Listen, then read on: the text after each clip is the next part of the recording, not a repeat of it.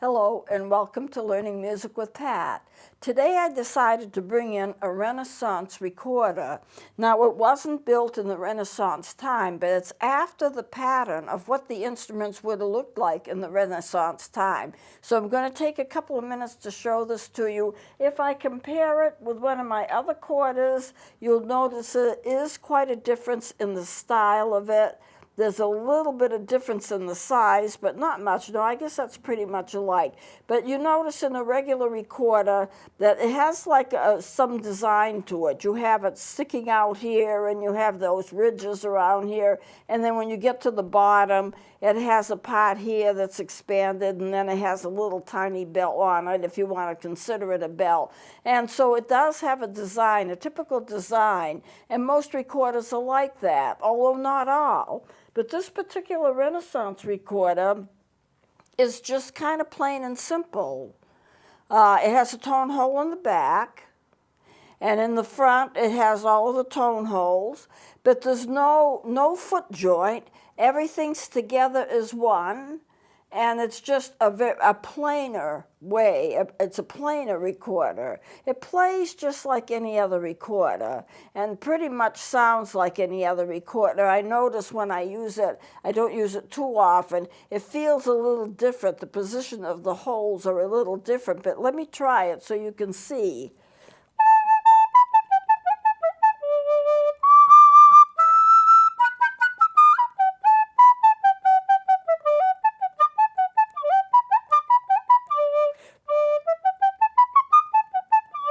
I don't know if you'll notice much difference in the tone. There is a little difference in the tone. It's a little bit harder to play because the positioning of the holes is such that it's not exactly the same as to what I'm used to. It does have the tone hole in the back. It has the Fipple mouthpiece. It has the labium on the front. And it doesn't say anything about being a Renaissance recorder, but I know that this is what it is. And it has a nice little tone. It's about the same size, but you can see that the style of it is a little different than most of the recorders. Now, you know, different instruments appeared in different stages of time. I want to spend a few minutes and discuss with you what the Renaissance was really like, because if you take history, you can divide history in time periods, and certain things occurred, certain historical events occurred during those time periods, and the instruments changed. You know, we went from not having pianos to having a recorder-like instrument that sounded more like a harpsichord than a regular piano, and then they changed and they changed and they changed until we have a modern day piano. So the older pianos are not like the pianos of today, but that would be true of any instrument. The old recorders are not the same as the recorders of today. And so I think just in terms of understanding the development of instruments through time, you might be interested in knowing a little bit about the time periods and the music and the types of instruments that were played. So I'm going to just talk a little bit about the Renaissance time period and what the music was like. But I'm going to preface this. Before you have the Renaissance period, you have the medieval period, the Middle Ages period, sometimes called the Dark Period. And it was a period of I don't know how many years where it was just a very depressing kind of period. Dark Ages, it was called the Dark Ages. There wasn't anything creative, there wasn't anything good. It's just people kind of plodded along and they made it through, but no one was discovering things. The social life was stunted. It was just a bleak, if I can say that the Middle Ages were bleak. You know, nothing went on. And then when you get up to about the 14th century, the Renaissance period starts. And the Renaissance is like everything's brand new again. People started studying again. They started doing experiments. They started learning things about science. They were very excited.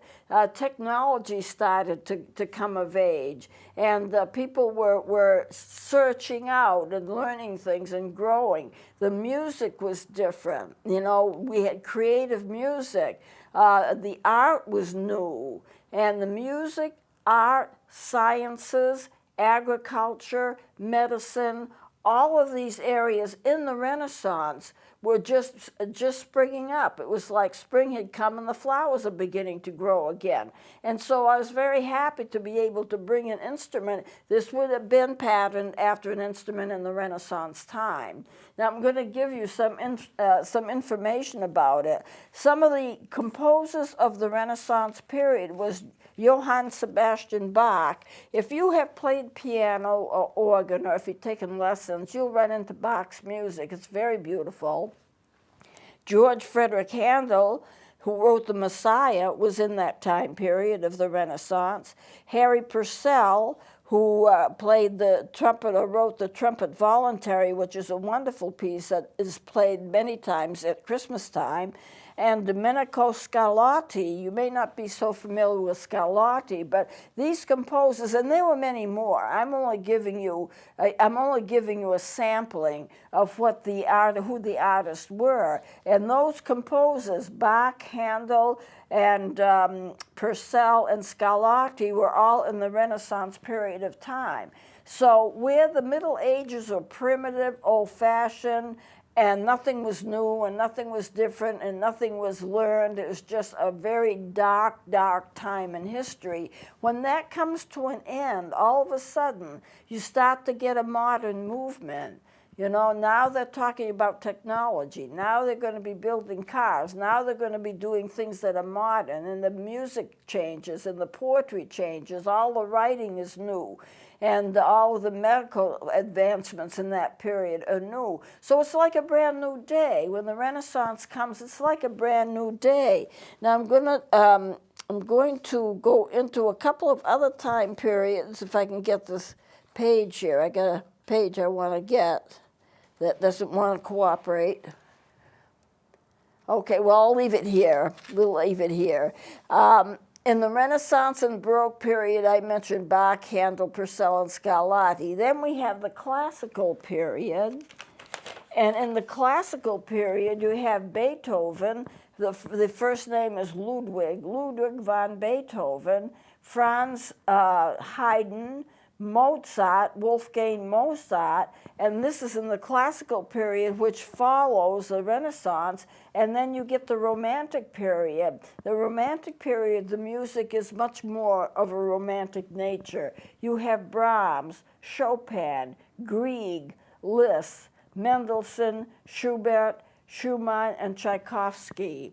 Now, if you are a music student, you will run into this in your lessons and in your studying. You will run into these composers. They're very famous composers, and people listen to them. They had concerts, and so and this is kind of going into the modern age, which we are now. So you can see that there was a change from Middle Age darkness, if I can call it there, to the Renaissance, where everything is brand new and exciting, and that leads us to the modern period of music. So the Renaissance goes from about the 14th century to the 17th century, and then we're phasing into more modern and modern type things and modern type music. But I thought, you know, if I can bring in old instruments to show you that were in other time periods, you get a better sense of what the music may have been like in that time period. So I decided to bring in the Renaissance recorder for you. It shows you some of these instruments are in antiquity. You know, the recorders have been around for ages and ages and ages. The ocarinas, which I brought in from time to time, they've been around for ages and ages and ages. They're one of the oldest instruments known. And when you started having pianos, they looked the same, they didn't act the same, and they sounded kind of tinny. They didn't develop the technology to make them full and beautiful as they are now. That came with time. And you know, we still evolve. Instruments are still evolving. I had a saxophone student who his parents wanted to give him a brand new saxophone. He loved the saxophone, he was doing real well, and he couldn't play it. And he gave it to me. He says, Miss Rainey, I can't play the saxophone. And I couldn't play it either. And they had changed the design of it to make it more modern. They changed the configuration of the keys, But whatever they did, it wasn't successful, and it turned out that I could only play 3 notes on it. And then he had to go back and exchange the instrument 3 times before he got an instrument that would work, that really worked well. And you know, when you're tempted to say, if it works, don't fix it, you know, but all instruments, you know, they get so that they repositioned, and they work with them, and they redesign them so that they're not the same as what they used to be. And sometimes they do well, and sometimes they don't. But at any rate, I thought it would be interesting for you to see this. This is a Renaissance recorder. So next session, I'm going to bring in something else that maybe you can guess what it is. But it was given to me as an instrument.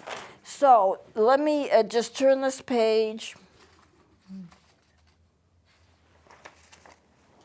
and get the Impressionistic and Modern period of music, in which you get Claude Debussy, a French composer, Antonin Dvorak, Rimsky-Korsakov, and Rubinstein, Anton Rubinstein.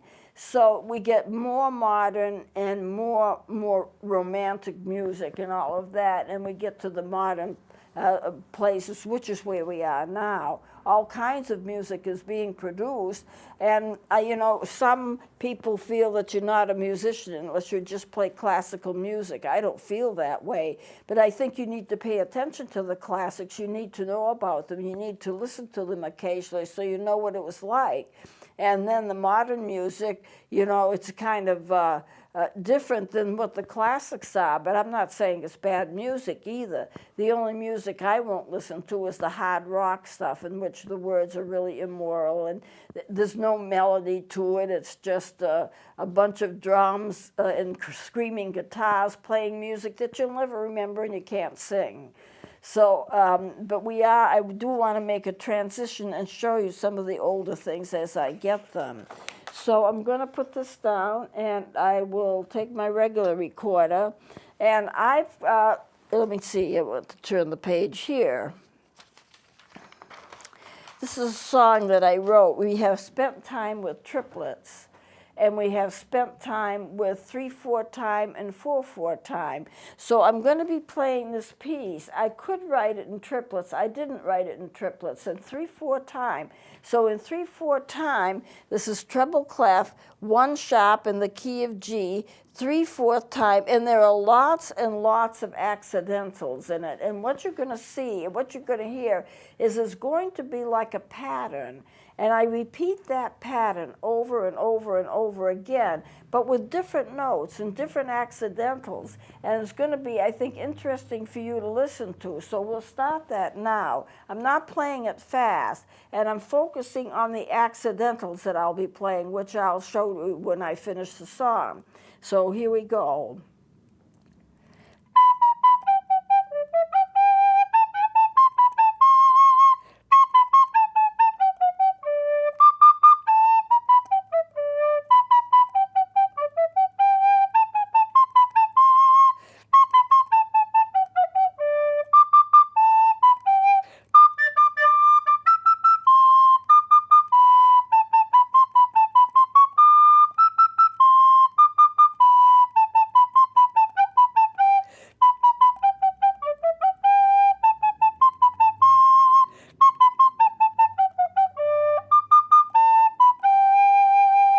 That's the whole song. So where are the accidentals? Well, you know that an accidental is when you have a flat or a sharp and it's not mentioned in the key signature. And I had all kinds of them. So this is kind of an exercise in playing accidentals. So let's begin. And if we can get a shot of this. This is your B flat, that's an accidental. This goes back to B natural, but that's still an accidental, even though there's no, it's in the key without a B flat, because since the note before it was flatted, that flat, if I wanted to, would go for the whole measure. So by changing it back, that's also an accidental.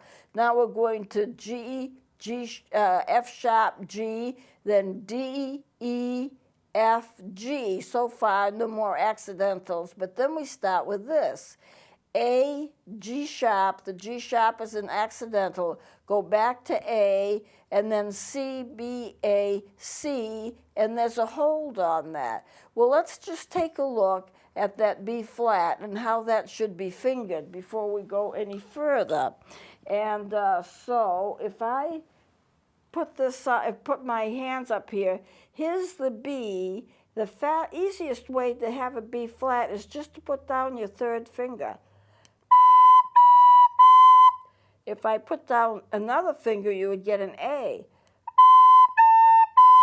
So that B flat is you just put that third finger or fourth finger down, leave that third finger up, so you have basically two notes that are covered with the note in between that is not covered. And then I'm going to a G, and then the F sharp. Now some people would play an F sharp by putting these two fingers down, so you get B, A, G, and then F sharp. But I do it just by putting this finger down on my right hand. It will appear to you to be on the left. And I leave this one uncovered, this is covered, and these two are all uncovered. So you're covering one note.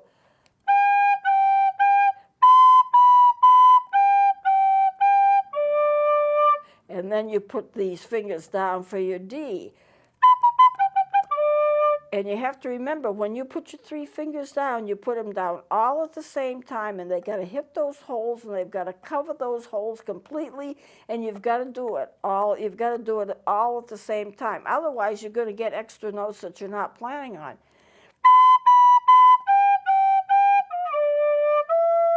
F sharp. Then you get the A, and then you have the G sharp. And I oftentimes will just half hold this G, that G note here, the third note. That's a sharp. If I put it down, the whole finger down, lift it a little bit and half hold that finger that I'm moving, that's a G sharp. But you can also play a G sharp by going B, A, and then don't put the finger down for the G, and put the first two fingers down on the right hand. It's the same thing as if I half hold it. Now, as far as most recorder books will tell you, they'll tell you to use these two fingers for that G sharp. But I don't see if it makes any difference as long as your instrument can replicate the right, the pitch.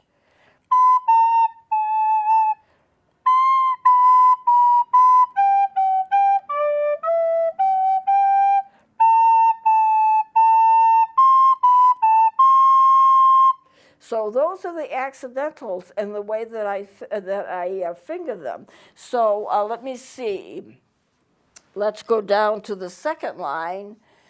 A, G sharp, A, F sharp, F natural, F sharp. Now that's interesting. How do you do that? Well, here's the A.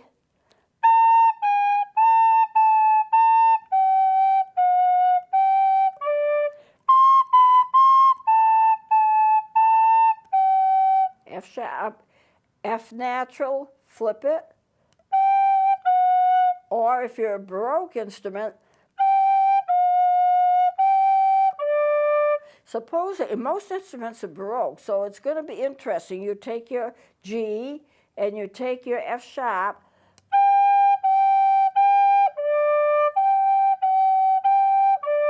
but if you're doing it the way that most books will show you,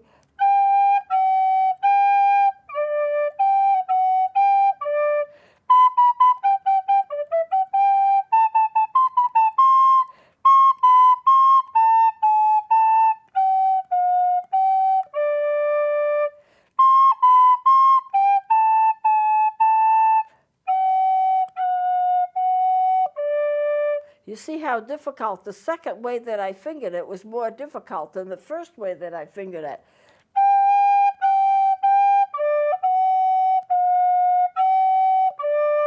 But what you do have, if you're playing an F sharp, then when you want to get the F, all you do is have to lift up that middle finger and put that first finger on the right hand down, and then to get the D, just put that middle finger down. You've got the fingering of the D, which is what you want.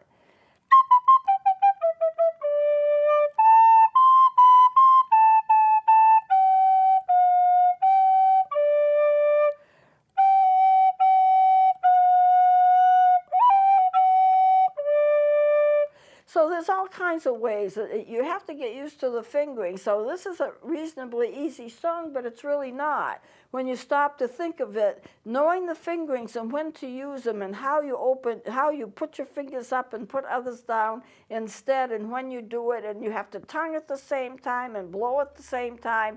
So at any rate, it's interesting to write music and to figure out all of this. Now, instruments are not easy. The recorder's not terribly hard, but it does have some considerations for the fingerings. They're a little tricky. And so I need to show you all of those nuances in order for you to play. So, you know, we're almost out of time, so I'm going to close it here, and we may continue with the song next time. Please join me then.